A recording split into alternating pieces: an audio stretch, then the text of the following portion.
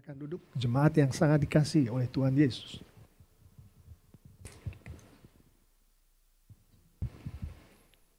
Saya selalu bawa ini, akhir-akhir ini untuk menyampaikan firman Tuhan. Ini bukan milik saya, tab nih, semacam tab. Bukan milik saya, ada pemiliknya. Dan setahu saya harganya untuk kantong saya ini mahal sekali. Jadi saya harus hati-hati di dalam mempergunakannya.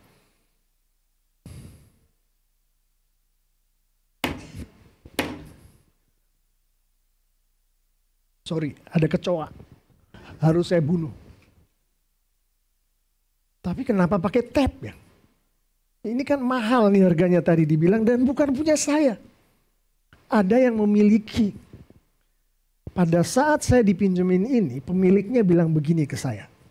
Kamu harus pergunakan dengan hati-hati. Jangan sampai rusak. Jangan sembarangan. Barusan saya pakai untuk mukul kecoa. Kecoanya mati, tapi tabnya juga rusak. Pemiliknya kebetulan ada di sini, duduk di bangku ketiga sana, di belakang. Urusan dengan saya nanti setelah ini. Pasti dia akan bilang begini, itu harganya mahal itu. Kamu rusak. Kamu tidak mempergunakannya sesuai dengan apa yang saya kehendaki pada saat saya meminjamkan tab itu ke kamu. Sekarang dia rusak, kamu harus ganti. Harganya mahal, itu pertama. Kedua, saya nggak akan pinjemin kamu lagi barang-barang yang ada harganya untuk saya. Kasus pertama. Kita lihat sendiri. Kedua, saya punya teman baik. Umurnya jauh di atas saya. Dia punya anak yang sudah dewasa, anak tunggal, anak satu-satunya. Wanita. Dan pada suatu ketika anaknya itu dilamar oleh seorang pria yang menurut si anak ini adalah pria yang baik-baik. Dan disetujuilah oleh si ayah dan ibunya. Pergi ke kota lain. Suatu ketika si ayah dan ibunya ini mengunjungi si anak ini. Dijamu di rumahnya. Pada saat malam hari tidur, kamar anak dan suaminya ada di sini. Sebelahnya adalah kamar si ayah dan ibunya. Terdengarlah suara yang menurut si orang tua ini sangat mengkhawatirkan. Gedebuk, terus ada teriakan, bang. Besok paginya si anak perempuan itu datang untuk sarapan, mukanya lebam. Lebam mukanya. Si ibu ini bicara ke si suaminya. Kenapa ini dengan anak kita, papi? Terus di meja makan setelah selesai semuanya dipanggil lah si suami anaknya ini. Ini anak kami nih. Kami membesar si perempuan itu ya. Ini anak kami membesarkannya dengan pengorbanan yang luar biasa, anak tunggal penuh kasih sayang, cinta kasih. Pada saat kami merestui untuk Anda persunting anak kami, yang kami kehendaki adalah Anda, suaminya ini yang diomongin, mencintai anak saya dengan sepenuh hati. Tapi coba lihat, sekarang ini lebam-lebam dia. Dan ini kebetulan pas kami kunjungin. Kami nggak tahu apa yang terjadi di hari-hari yang lain. Bukan milik si suami, si perempuan itu. Dia adalah milik banyak orang termasuk ibu dan ayahnya. Pada saat si ibu dan ayahnya memberikan anak perempuannya untuk dinikahin, ada aturan main yang harus diikuti oleh si suami. Suami itu melanggar. Dan keputusan daripada si ayah dan ibu adalah melaporkan ke yang berwajib. Dipenjarakanlah dia, ternyata kejadian itu sudah lama. KDRT. Itu kasus kedua. Saya akan masuk ke inti daripada firman Tuhan yang akan kita renungkan bersama pada pagi hari ini. Saya minta untuk slide yang ada itu ditayangkan. Yang ada tulisannya Facebook, yang segala macamnya itu, yang kotak 4 itu silakan ditayangkan. Hari ini saya akan melihat firman Tuhan ini dari apa yang banyak sekali kita alami di dalam kehidupan kita sehari-hari saat ini. Ada yang namanya media sosial. Saya tidak akan sebutkan namanya. Kalau bisa ditayangkan silakan, nih slide selanjutnya. Nah ini dia. Ini nggak salah cetak, memang sengaja begitu supaya kita semua nggak dibawa ke pengadilan oleh pemilik nama-nama ini. Dan saya nggak akan sebutkan nama itu. Saya nggak katakan ini jelek ya, tapi kita harus melihat firman Tuhan katakan apa mengenai ini. Jadi ini kasus ada seorang wanita dan wanita ini dia punya laman ya, istilahnya laman di media sosial ini. Wanita di laman media sosial ini no problem, bukan masalah. Tapi apa yang dilakukan oleh si wanita ini pada saat dirinya ditampilkan oleh dia di media sosial ini bisa menjadi problem. Nanti kita akan lihat.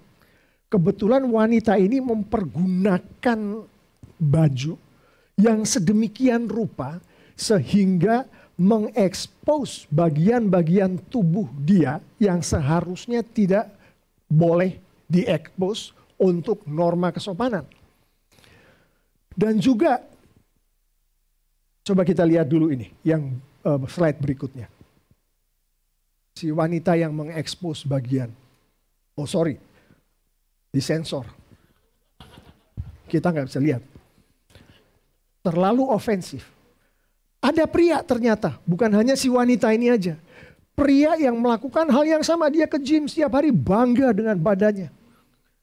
Dan dia ambil itu badannya dan dengan cara pakaian yang sedemikian rupa ditampilkannya lah di media sosial berikut. Silakan pergi ke yang berikutnya.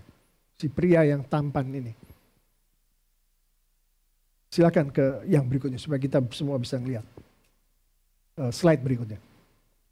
Disensor lagi. Gak kelihatan itu. Si prianya gak kelihatan. Ada satu lagi ini. Wanita yang lain udah dewasa, udah punya anak, punya suami. Dia pakaiannya rapi, bagus. Tertutup semua sesuai dengan norma kesopanan yang ada. Dia tampilkan dirinya. Ditampilkan di media sosial. Yang media sosial ini bisa bergerak. Dan dia melakukan suatu gerakan-gerakan katanya dance katanya yang sekarang ini. Sedemikian rupa.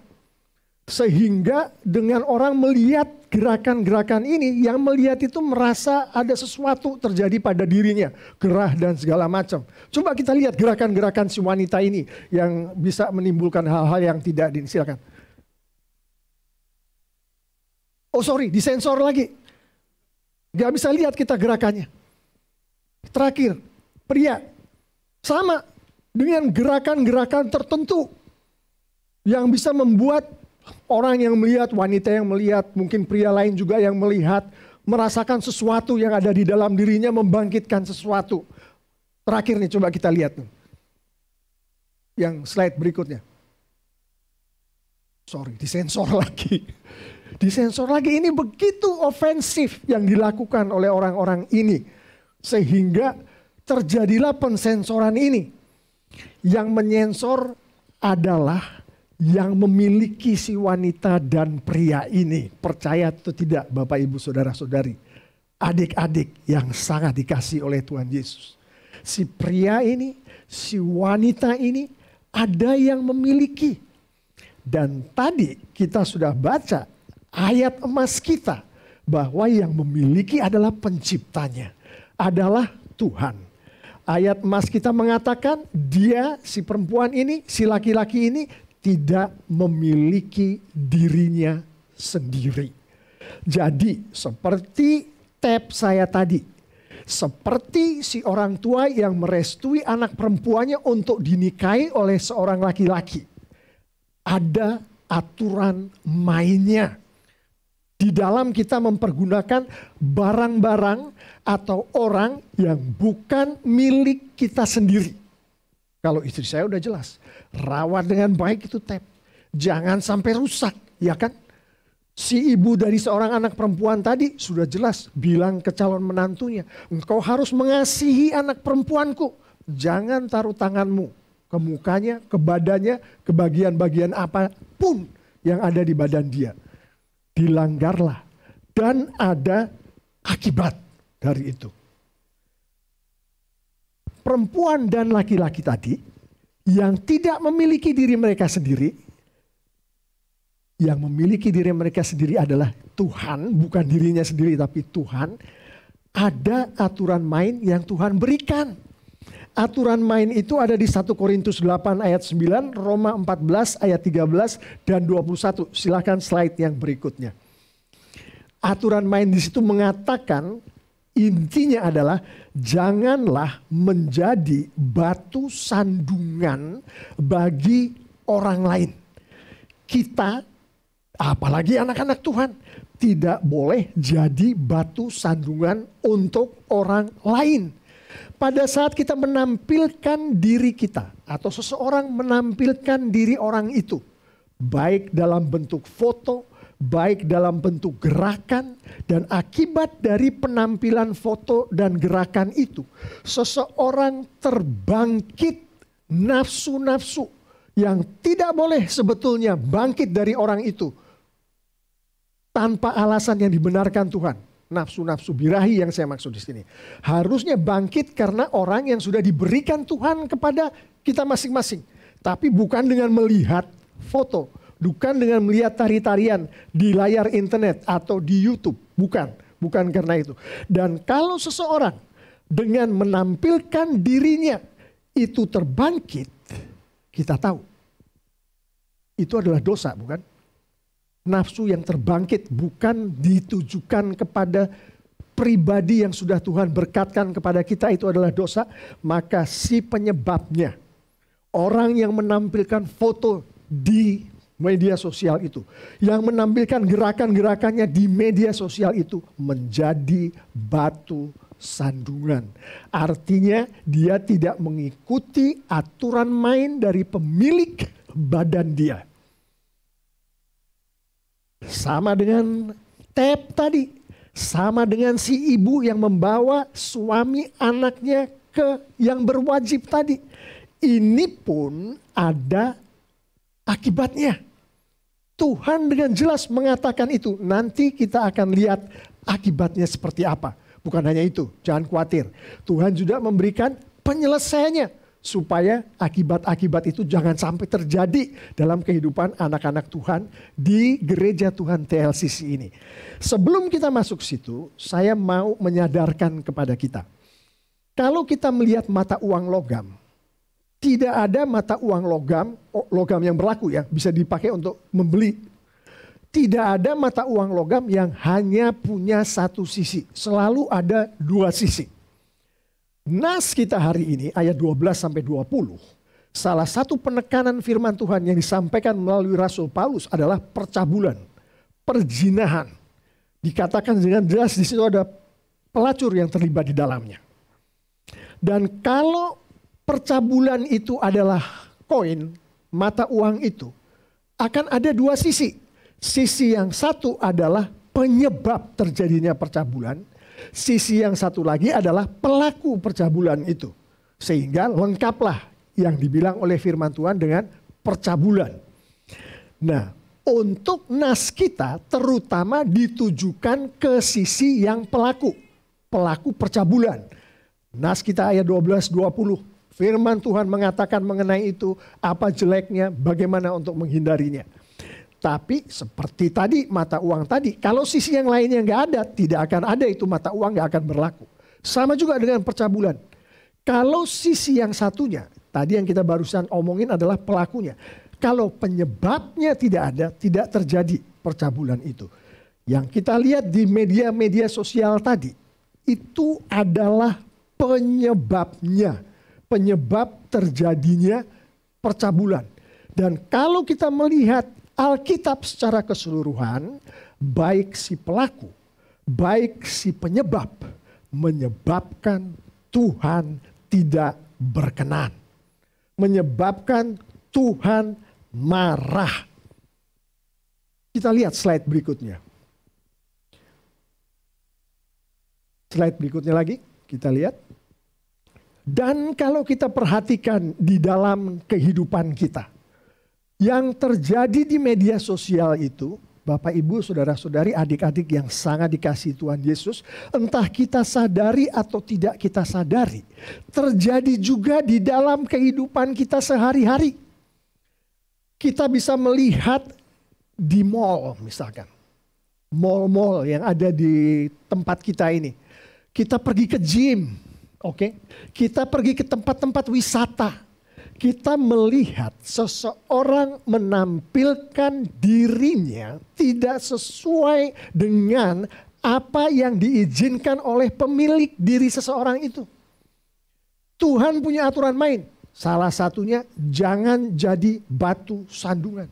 Orang-orang pergi ke mall, orang-orang pergi ke gym, orang-orang pergi ke tempat wisata, dia menampilkan dirinya sedemikian rupa, entah melalui baju yang dia pakai atau gerakan-gerakan yang dia lakukan, sehingga firman Tuhan, aturan main Tuhan dilanggar. Dan Tuhan tidak berkenan atas itu. Orang yang melanggar ini, dia berdosa terhadap Tuhan. Dan dia berdosa terhadap sesamanya. Terutama sesama seiman. Orang-orang yang seiman. Kita berusaha bukan? Kita kan sampaikan ini nanti ke anak-anak kita, ke cucu-cucu kita. Ke istri kita atau suami kita yang mungkin masih tidak sadar akan apa yang mereka sedang lakukan. Pada saat dia atau orang-orang ini menampilkan diri mereka. Baik melalui media sosial maupun melalui kehidupan mereka sehari-hari. Kita sampaikan. Rata-rata mereka akan defensif bukan? Akan membela diri mereka sendiri bukan? Itu kan bukan, saya kan gak bermaksud mencelakai orang lain. Saya kan tidak bermaksud membuat orang itu nafsu birahinya timbul dan naik. Nggak ada maksud saya begitu. Saya pakai baju yang membuat saya ISIS. Tahu artinya ISIS kan? Kalau angin bertiup itu kan kita itu udara di sini kan lembab di kota kita ini. Udaranya lembab. Jadi pakai pakaian yang sedemikian rupa sehingga udara bisa masuk. Dan itu pakailah yang segala macam itu. Itu loh tujuan saya. Kenyataannya Bapak, Ibu, Saudara-saudari, adik-adik yang sangat dikasihi oleh Tuhan Yesus. Bukan itu yang terjadi. Yang terjadi adalah orang-orang di sekeliling kita melihat kita seperti itu. Bangkitlah segala sesuatu yang Tuhan bilang jangan sampai bangkit di kamu. Ya bukan, Tuhan kan bilang seperti itu bukan? Ayatnya di Matius 5 ayat 28. Apabila seseorang memandang seorang dari jenis kelamin yang berbeda. Dan timbul nafsu birahinya. Maka si orang itu sudah berzinah dengan orang, saya sesuaikan ya dengan keadaan kita yang jenis kelaminnya berbeda itu. Kalau di Alkitab dikatakan perempuan, tapi laki-laki juga. Itu menyebabkan pelanggaran terhadap Matius 5:28 dan kita, kalau kita ini anak-anak yang membela diri kita karena kita taruh foto kita di media sosial atau kita pergi ke mall dengan pakaian yang minim itu. Membela diri.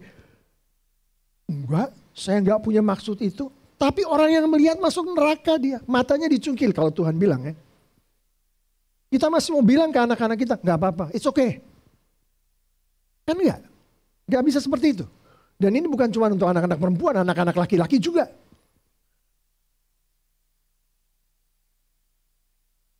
Itulah firman Tuhan hari ini mengatakan.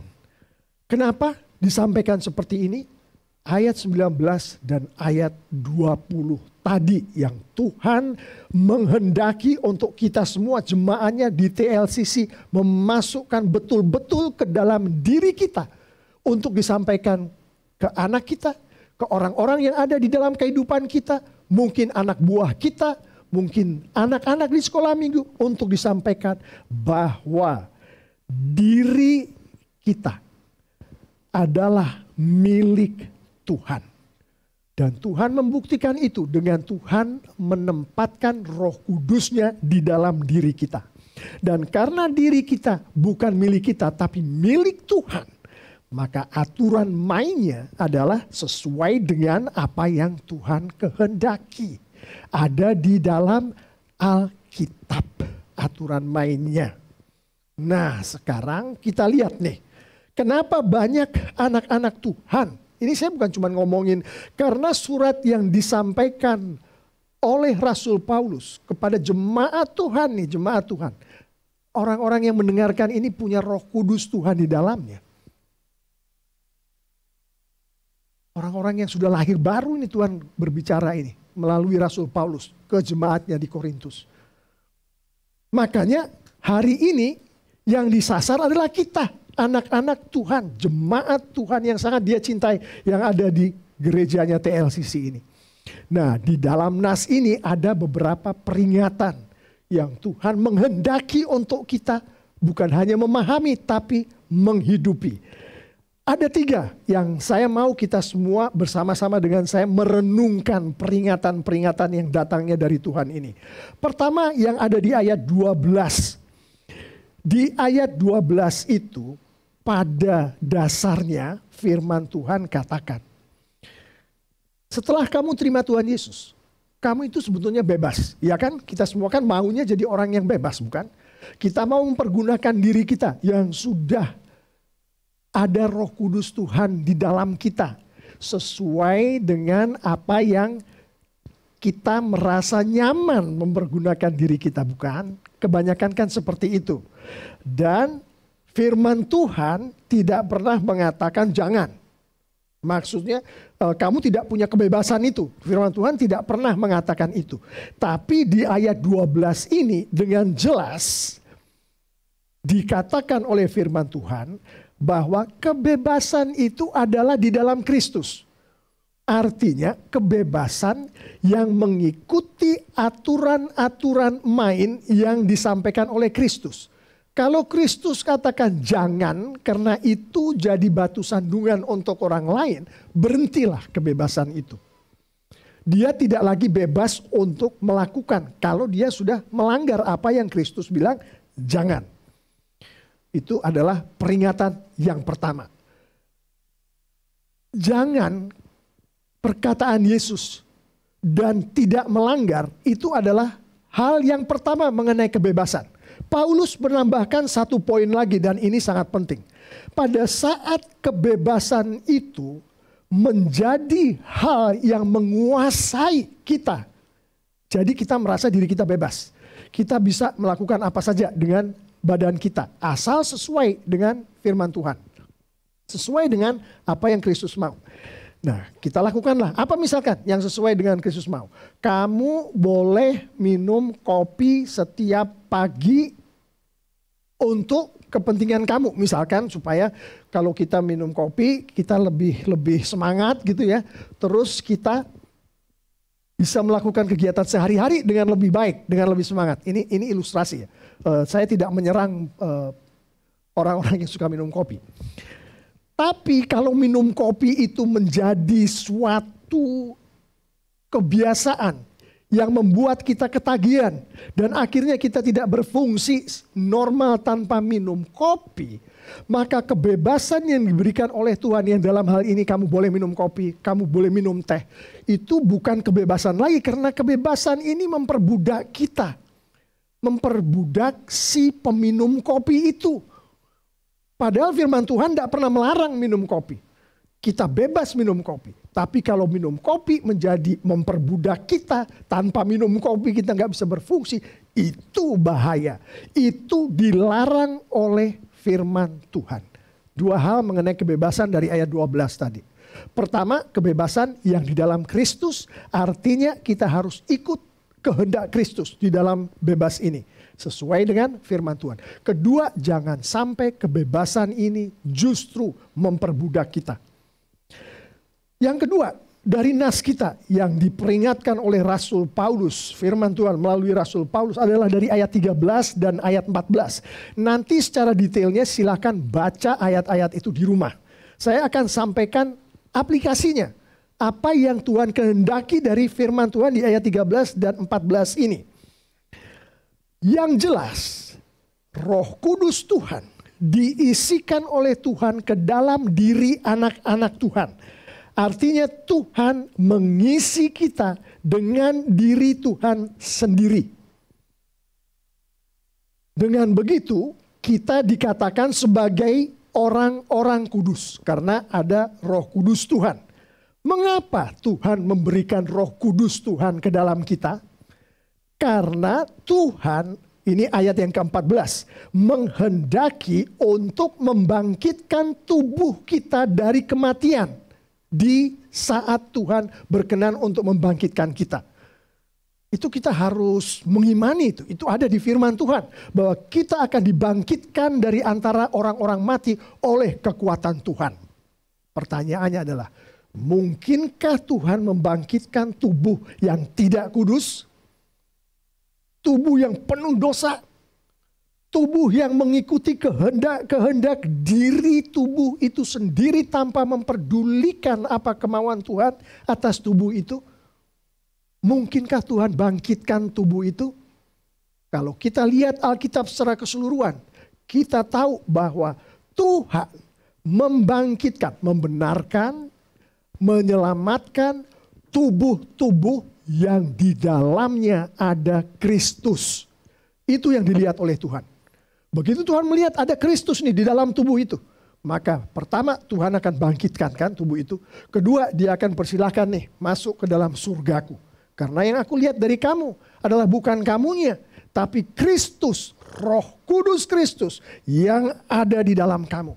Kalau kita, di sini ayat 13 dan 14. Kalau kita masuk ke dalam percabulan, entah sebagai pelaku, entah sebagai penyebab, artinya kita bukan kudus lagi tubuh kita. Dikuasai oleh kekuatan yang membuat kita tidak kudus itu. Pertanyaannya adalah, bagaimana Tuhan kita akan membangkitkan kita? Itu peringatan yang kedua. Dia akan membangkitkan kita. Untuk kita bisa dibangkitkan dari antara orang mati, dia Tuhan menghendaki Roh Kudus anaknya, Roh Kudus Kristus ada di dalam kita.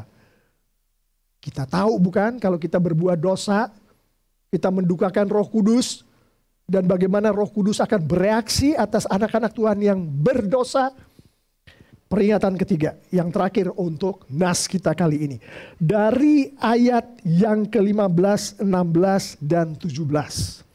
Di situ, nanti ayat dibaca di rumah, saya akan sampaikan aplikasinya saja. Di dalam ayat-ayat itu, dikatakan oleh firman Tuhan.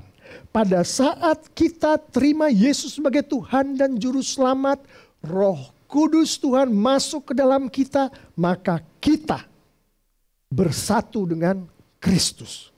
Kita bersatu dengan Tuhan. Di ayat yang di 15 dan 16 dan 17 tadi juga disebutkan. Firman Tuhan mengatakan jika seseorang mempersatukan diri dengan pelacur. Ini bukan hanya pelacur. Selingkuhannya. Ini bukan hanya selingkuhannya.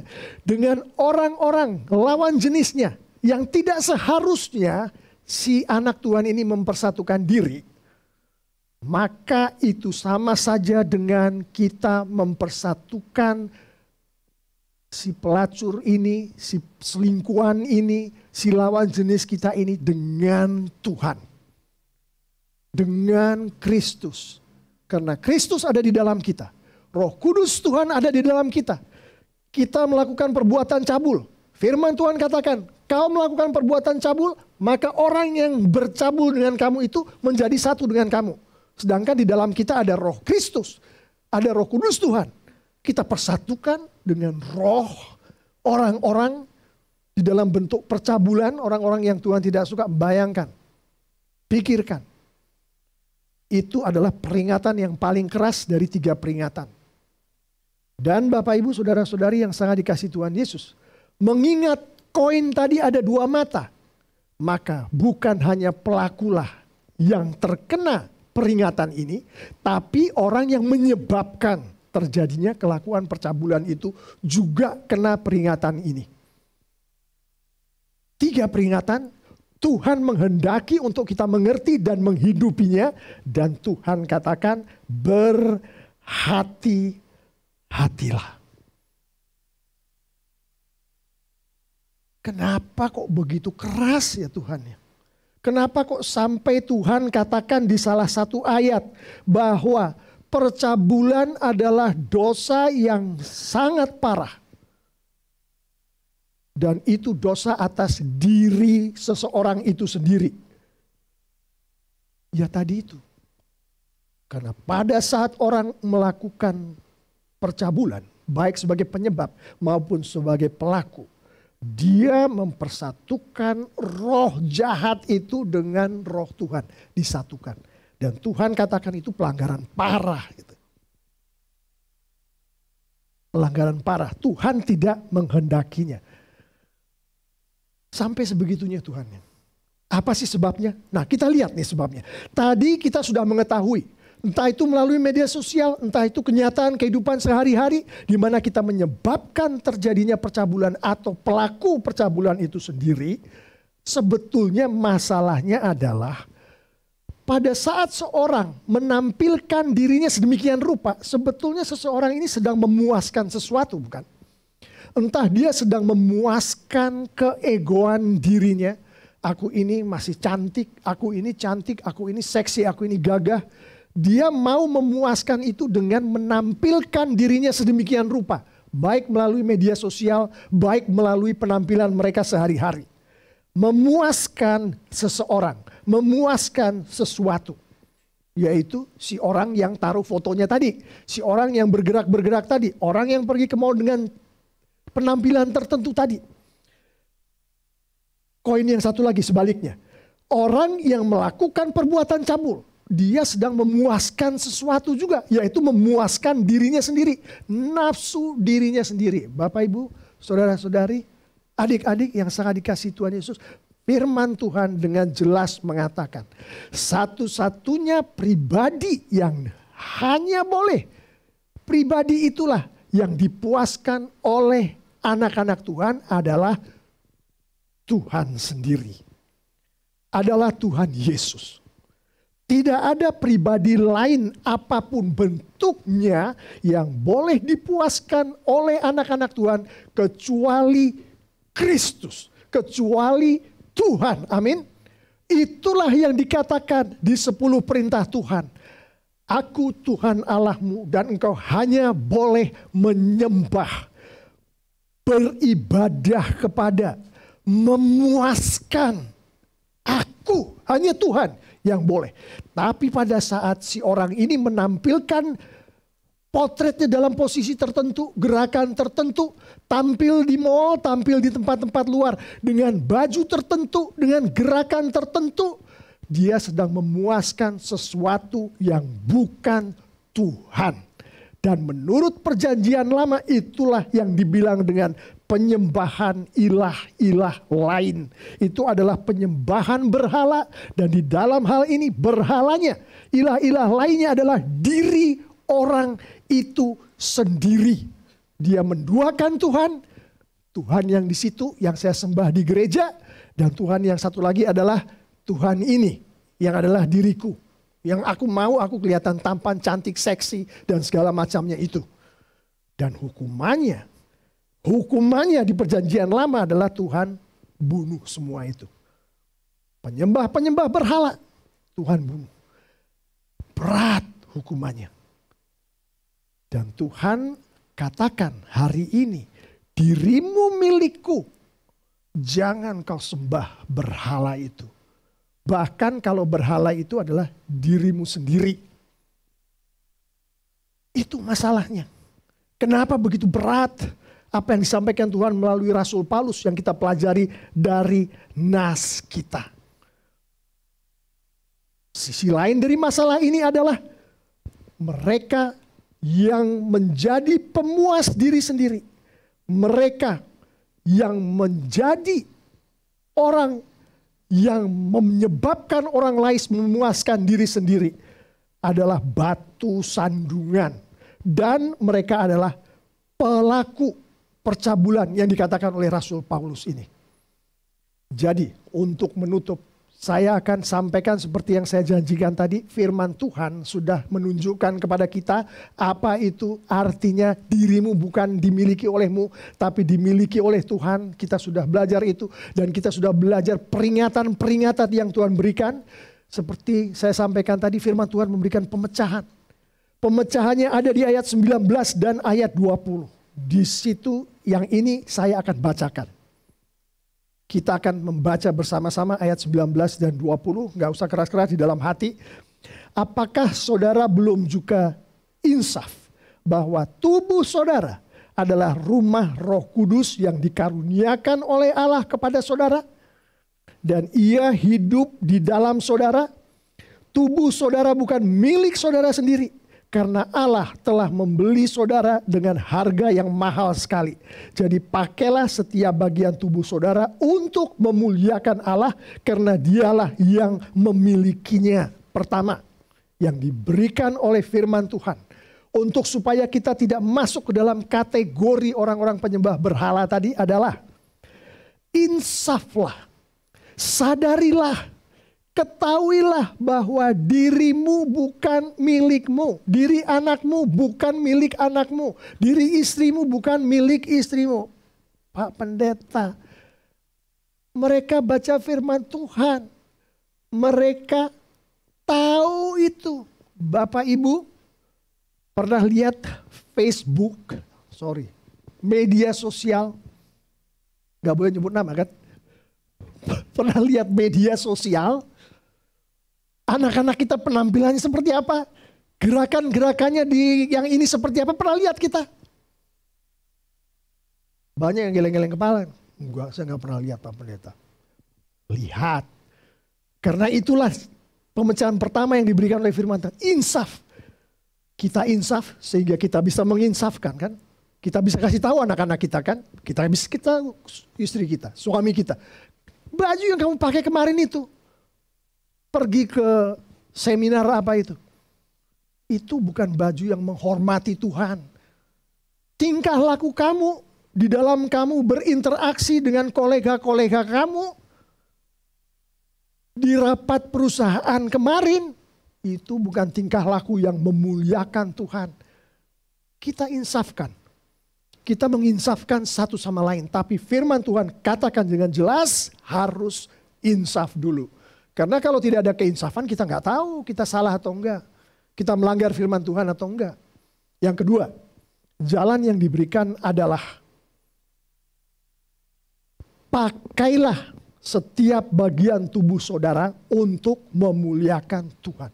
Setelah kita insaf, saya harus memakai tubuh saya sedemikian rupa supaya Tuhan dimuliakan.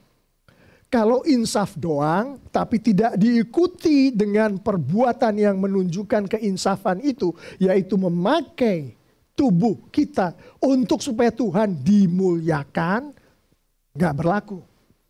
Ini dua pemecahan ini harus dilakukan bersama-sama. Jadi begitulah yang ingin Tuhan sampaikan melalui 1 Korintus 6 ayat 12 sampai 20. Yang baru saja bersama-sama kita renungkan. Saya mengimani Bapak Ibu Saudara-saudari, adik-adik yang sangat dikasihi Tuhan Yesus. Kalau kita menghidupi firman Tuhan ini, lengkap dengan pemecahan yang diberikan di ayat 19 dan 20 yang adalah ayat mas kita.